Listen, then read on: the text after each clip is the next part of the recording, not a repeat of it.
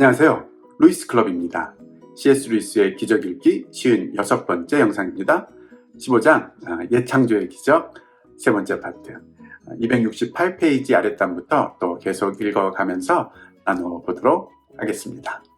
이제 앞서 말한 분류 이야기로 돌아가 가장 처음 것인 다산의 기적부터 살펴봅시다.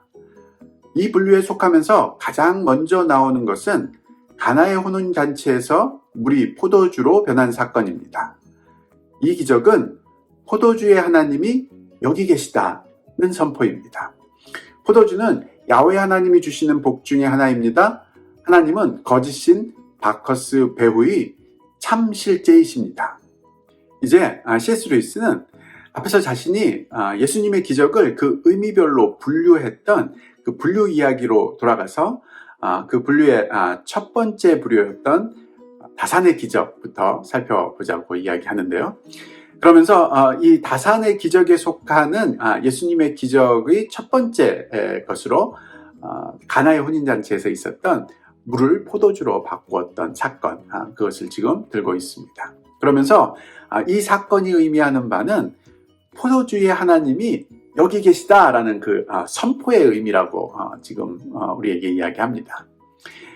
왜냐하면 많은 사람들이 그 포도주가 있게 한 그 배경에는 로마식으로 이야기하자면 바커스라는 신이 우리에게 준 선물이라든지 아니면 그리스식으로 이야기하자면 디오니소스라는 그런 신이 인간을 위해서 준 선물이라는 식의 그런 식의 기적, 그런 가짜 신이 우리에게 준 그런 기적 같은 의미로 우리가 생각을 했지만 사실 그 기적의 진짜 배우는 세상을 창조하시고 그런 것들을 우리에게 선물로 주시는 그런 참 하나님이신 야훼 하나님이 여기에 계시다.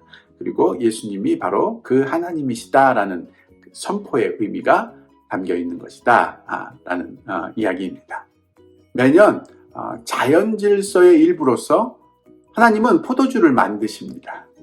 그분은 물과 토양과 햇빛을 주스로 바꿔 놓을 수 있는 식물 유기체를 창조하시며 그렇게 만들어진 주스는 적절한 조건이 맞춰지면 포도주가 됩니다.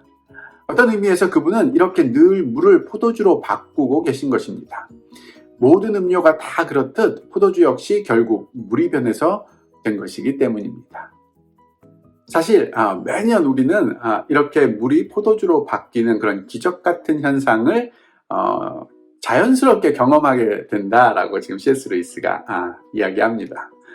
즉 물과 토양과 햇빛이 잘 섞여서 주스로 바뀌는 그런 현상이 포도나무에 의해서 기적처럼 매년 일어나는 거죠. 포도 열매 속에 포도 주스로 바뀌게 되고 그 포도 열매 속에 있던 그 포도 주스가 적당한 환경과 그 조건에 놓이게 되면 포도주라는 그런 술로 바뀌는 그런 기적 같은 현상들을 우리가 매년 경험하지만 그것을 당연하고 자연스러운 현상으로 여기는 그런 느낌이 다른 것뿐이다. 사실은 그런 과정 속에도 그 뒷배경에 항상 하나님이 계셔서 그런 일을 하고 계신 것이다 라는 그 부분을 지금 우리가 깨달을 필요가 있다라는 이야기를 하고 있습니다. 그런데 하나님께서 한 번은 어느 해 한 번은 성육신 하신 분으로서 그 과정을 단축시켜 보이셨습니다. 순식간에 포도주를 만드셨습니다. 물을 담고 있는 그릇으로 식물 섬유 조직 대신 어떤 토기 항아리를 사용하셔서 말입니다. 그러나 그것들을 사용하셔서 그분이 하신 일은 그분이 늘 하고 계신 그 일입니다. 기적이란 말하자면 지름길로 가는 것입니다. 그런데 이렇게 매해 물을 포도나무를 통해서 포도주스로 바꾸시고 또 그 포도주스를 포도주라는 술로 바꾸시는 그런 기적을 자연이라는 매개체를 통해서 자연 질서라는 그런 순서들을 통해서 하나님께서 기적 같은 일들을 이루어내셨다면 어느 한 해에는 인간의 몸으로 성육신하신 그 하나님이 포도나무가 아니라 돌 항아리를 사용해서 물을 담으시고 그 물을 포도주로 바꾸시는 그런 일을 하신 적이 있다.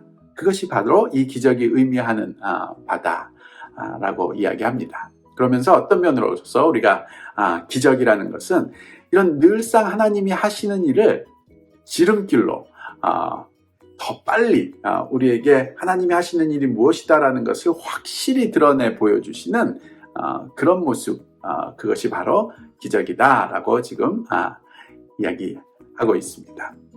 그러나 기적이 만들어내는 그 일 자체는 평범한 것입니다. 기적이 일어날 때 자연 속으로 들어온 것은 전혀 반자연적인 영이 아니라는 것, 비극이나 눈물이나 금식 등을 그것 자체로 사랑하시는 하나님이 아니라, 물론 특별한 목적을 위해 그런 것을 허용하거나 요구하실 때도 있지만 사람의 마음을 즐겁게 해주시려고 태고부터 포도주를 베풀고 계신 바로 그 이스라엘의 하나님이라는 것을 우리는 알게 됩니다. 즉, 예수님이 행하신 그 기적을 통해서 우리가 분명히 알아야 될 것, 또는 알게 되는 것은 그 기적의 배후에 있는 그 영, 그 초자연적인 하나님은 반자연적인, 우리가 기대하고 알고 있던 그런 하나님이 아닌, 그것과는 전혀 다른 그런 존재가 절대 아니다 라는 것, 그것을 우리가 분명히 확신할 수 있다는 거죠.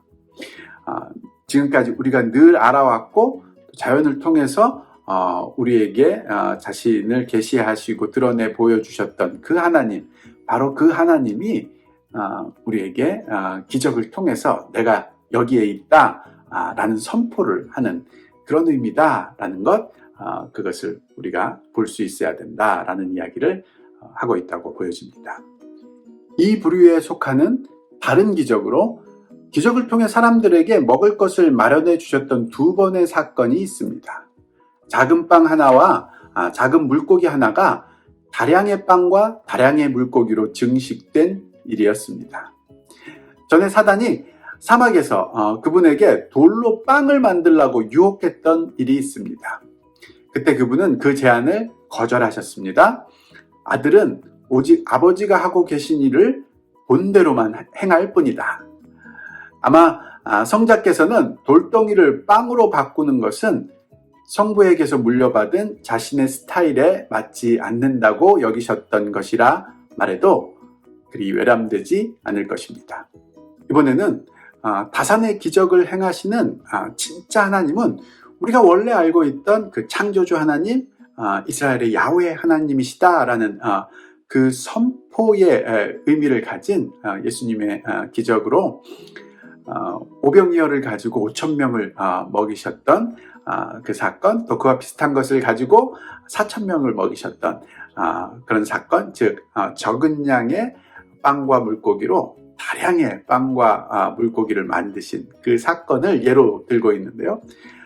그러면서 이 사건이 의미하는 바를 보다 자세하게 설명해주는 아주 재미있는 예를 하나 들고 있는데, 그것은 예수님께서 광야에서 40일을 금식하셨던 그때에 사탄이 나타나서 돌을 빵으로 바꾸어 만들라라는 유혹을 했던 그 이야기를 들고 있습니다. 그러면서 그것이 단순히 배고픔에 대한 그런 유혹이 아니라 하나님이 하시는 일, 즉 아버지가 하시는 일을 아들이 그대로 따라할지, 아들이 항상 아버지와 같은 모습, 같은 스타일, 또는 그 같은 의지를 드러낼지, 아니면 자신의 특별한 방법, 자신만의 그런 방법을 사용할지, 그것을 선택하라는 그런 의미, 즉 아버지와 따로 떨어져서 너 스스로가 하나님과 같은 그런 존재, 창조주와 같은 그런 존재가 되라는 그런 유혹과 같은 의미가 있다라는 것을 드러내 보여주고 있는데요. 그래서 예수님께서 아들은 오직 아버지가 하고 계신 일을 본대로만 행할 뿐이다 라는 그런 말씀처럼 돌덩이를 빵으로 바꾸시는 것을 거절하셨던, 즉 그것은 아버지에게서 배운 그런 자신의 스타일과 맞지 않는다 라는 의미에서 그것을 거절하셨던 그런 면이 있다라고 이야기합니다. 몇 개의 빵을 다량의 빵으로 바꾸는 것은 전혀 다른 일입니다. 매년 하나님은 몇 개의 밀알로 다량의 밀을 만들어내고 계십니다. 씨가 뿌려지면 증식이 일어납니다. 이걸 보며 사람들은 여러 방식으로 말합니다. 이는 자연 법칙이다 라고 말하는 이들이 있는가 하면 이는 케레스 신이다, 아도니스 곡물왕 신이다 라고 말하는 이들도 있습니다.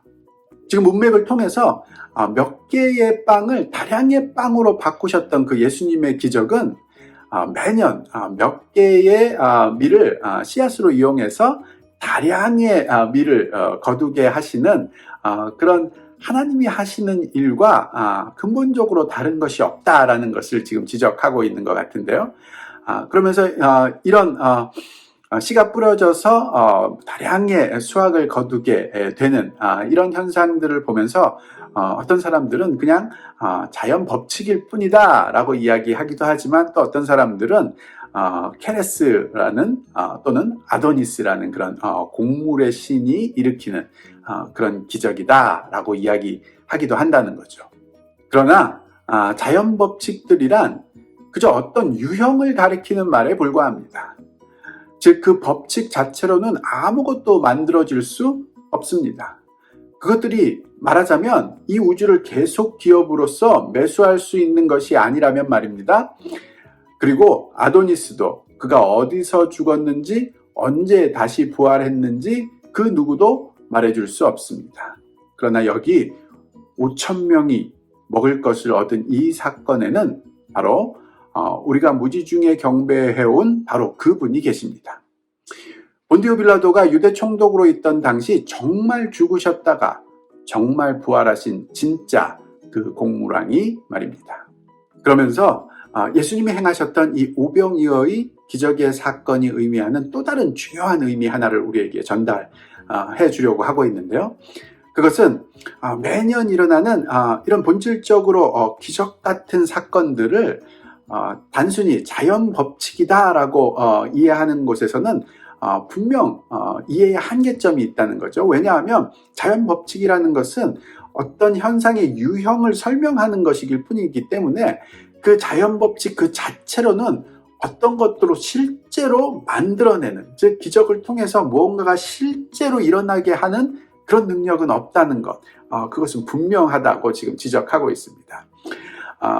그렇지만 또 보통 사람들이 이야기하는 것처럼 그렇게 뭔가 실제로 일어나게 하는 그 배후에 아도니스 같은 그런 신화적인 그런 인물이 있다라고 믿는 것에서는 우리가 그 이야기를 통해서 그 신이 실제로 누군지, 역사상 우리가 정말로 확인할 수 있는 어떤 그런 존재인지를 알 수 있는 그런 방법이 전혀 없다면, 예수님이 성육신을 하셔서 인간의 몸으로 역사 속에 오시고 그리고 오병이어와 같은 기적을 통해서 우리가 매해 보고 있는, 우리 자연 속에서 매해 보고 있는 그 기적의 사건의 주인, 그 모든 것을 실제로 일으키시는 그 존재가 바로 나다라고 선포하셨던 그 사건이 보여주는 의미는 바로 우리가 정말 확인할 수 있는